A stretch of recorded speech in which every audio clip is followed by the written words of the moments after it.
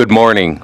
My name is State Representative Michael McAuliffe, and I would like to thank you for coming to discuss a critical public safety issue and one that is targeting our veterans on this Memorial Day.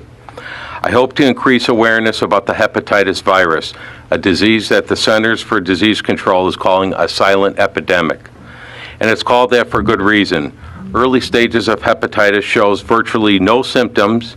Hepatitis C attacks the liver, often leading to cirrhosis, and if left untreated, cancer if not caught early. You have a less than 5% chance to survive cancer beyond 5 years. I did not know a lot about hepatitis when I began this journey, but I've learned a lot since then about the virus, and perhaps the most important takeaway is that you don't have to die from hepatitis.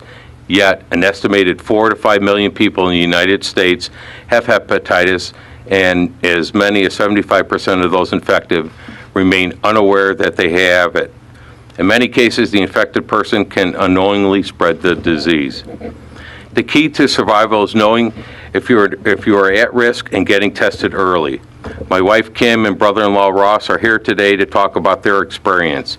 My father-in-law passed about a year ago from liver failure. It was a result of having hepatitis C and not getting the proper treatment. He was a Vietnam-era veteran, which is one of the at-risk categories for hepatitis. In fact, each hour of every day, 3 people die from hepatitis C, and 2 out of 3 people have military backgrounds.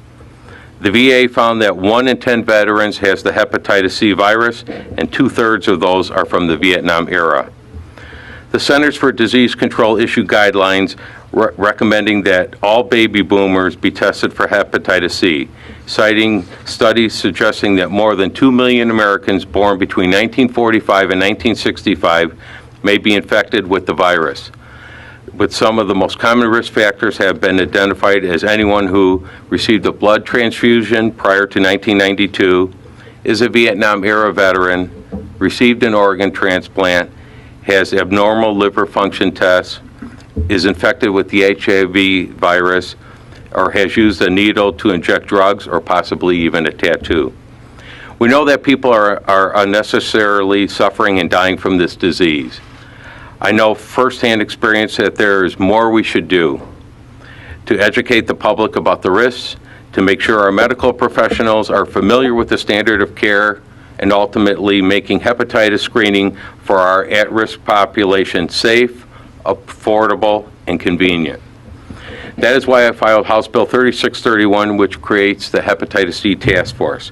The task force will fall under the Department of Public Health and will consist of 17 members, 4 elected officials, 3 state agency directors, 10 public members consisting of members of the medical, patient, and service provider communities. I want to thank all my colleagues on both sides of the aisle for showing their support, especially all the veterans that are here also today. My name is Kim Morielli McAuliffe, and my brother and I are here today to raise awareness about the hepatitis C virus. And it's fitting that we're here on Memorial Day since, as Michael had said, veterans, especially Vietnam area veterans, are on the front line of the hepatitis epidemic, and it is an epidemic. Unfortunately, my dad fell into that category. We believe he was infected while going through basic training in the Army at Fort Campbell, Kentucky during the Vietnam era. Regardless of how people contract the disease, it's important that everybody in the at-risk categories gets tested. While my dad was diagnosed with hepatitis C about 10 years ago, his doctor did not follow the standard of care and refer him to a liver specialist. As a result, hepatitis C had 10 years to destroy his body. The virus developed into cirrhosis and eventually liver cancer. His cancer spread to his bones, and at that point the doctor told us that there was nothing else they could do. He died of liver failure on April 18th, 2012, which ironically enough was our son's 2nd birthday. And it was a month after our daughter Bianca was born. He fought very, very hard to stay alive long enough to see her born. It breaks my heart that he is not here, and I know that he was heartbroken that he wouldn't have the opportunity to watch his grandkids grow up. I do believe with my whole heart that he would still be here today if we had known more about hepatitis C and if his doctor would have followed protocol and gotten him the treatment he needs. And that's really the whole point of us being here today, is to really raise awareness. There isn't a day that goes by that I don't wish things could have been different. My dad was only 61 years old. He always joked that he had kids so young, so he still had the energy to keep up with his grandkids. Hepatitis C robbed him of that joy and left a void in the lives of everybody who loved him.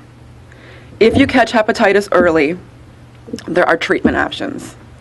Hepatitis C is the leading cause for liver transplants in the United States.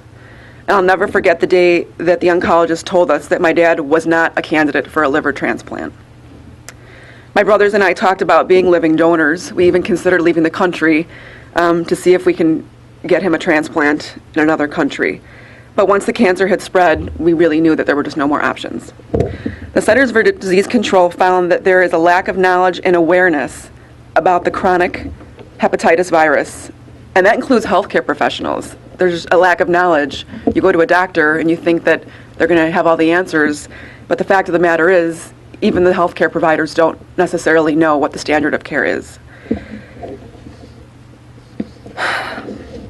The Centers for Disease Control released this report 3 years ago, and yet people are still walking around unaware that they have the hepatitis virus. I think Michael mentioned earlier that 75% of the people infected are unaware that they're carrying the virus. The task force is a great first step, but there's something that everybody can do today. If you fall in the at-risk category, get tested. If you're a baby boomer, get tested. It's a simple blood test. You have to ask your doctor specifically for the test. If you go in for a physical, that's not necessarily going to cover the test that you need. So it's important that you ask specifically to be tested for the hepatitis virus. And what better way is there to honor our veterans and those we love on Veterans Day, on Memorial Day, than making sure that they're protected and that they're taken care of? Our veterans should not have to come home to fight the war on hepatitis.